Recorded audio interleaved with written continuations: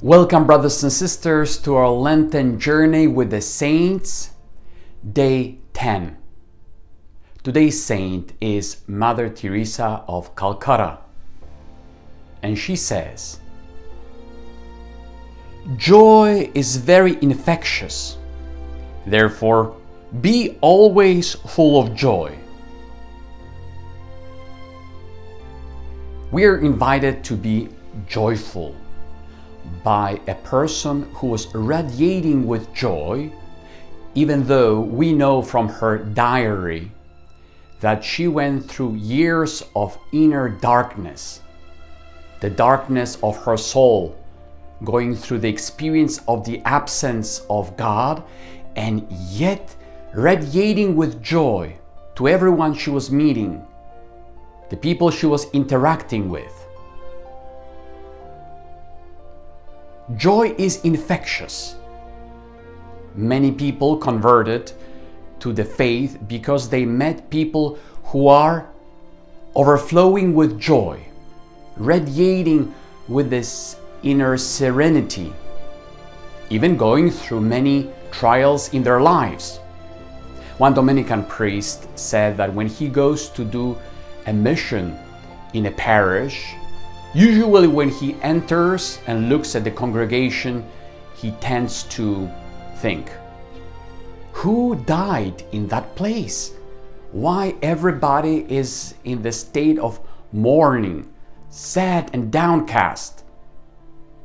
That's a similar thing what Pope Francis said on few occasions, that we Christians go about our lives not showing with our attitude that Christ is risen, not showing that we are truly in possession of a great treasure, a very unique gift that comes from on high.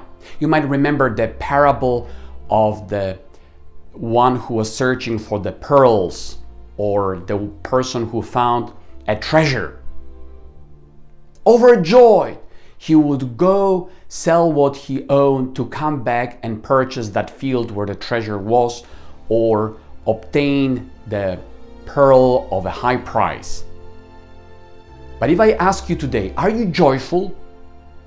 Probably some of us would immediately come out with a litany of the reasons why we cannot be joyful. Because of my health, my financial situation, my personal struggles, and the litany goes on and on endlessly until we end up depressed, like those disciples who were leaving Jerusalem towards Emmaus and were downcast. The Lord is asking us today, why are you sad? Or how come you're not radiating with this infectious joy Mother Teresa speaks about? There are things that are killers of the interior joy, like grumbling, judgments, resentments, not appreciating what God is giving us, the 7 capital sins, including pridefulness and lust, greedy attitude. Those things truly bring the soul down. And the world offers us many ways of trying to compensate for what we don't have. And so we receive a variety of ways of trying to stimulate and pretend we are joyful, we are happy, and yet inside we are sad.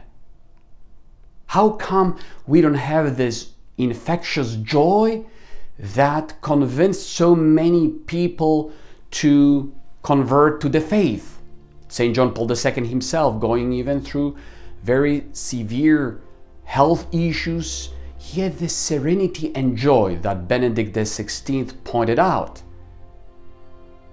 Our joy is rooted not in the things of this world, but in the things of heaven.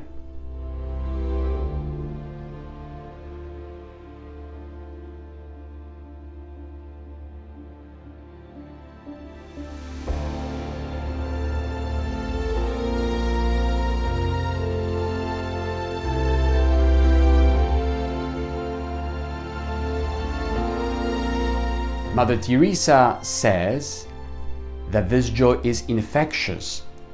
And also, in another quote, she would say, "Joy is a net of love by which we catch souls," as I said earlier. How many reasons do we have today to be joyful?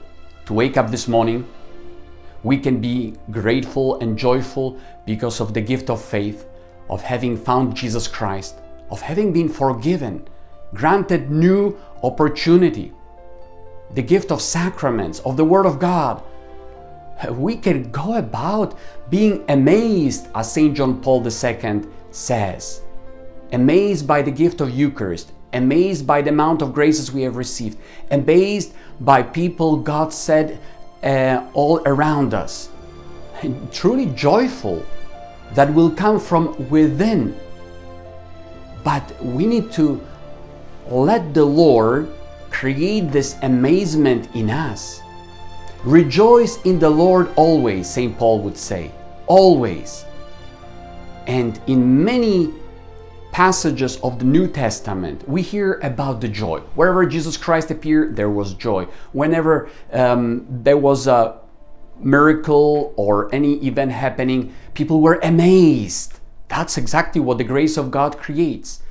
Today, I would like to invite all of us to enumerate very carefully the things we are meant to be joyful about and grateful about, because those two things are connected.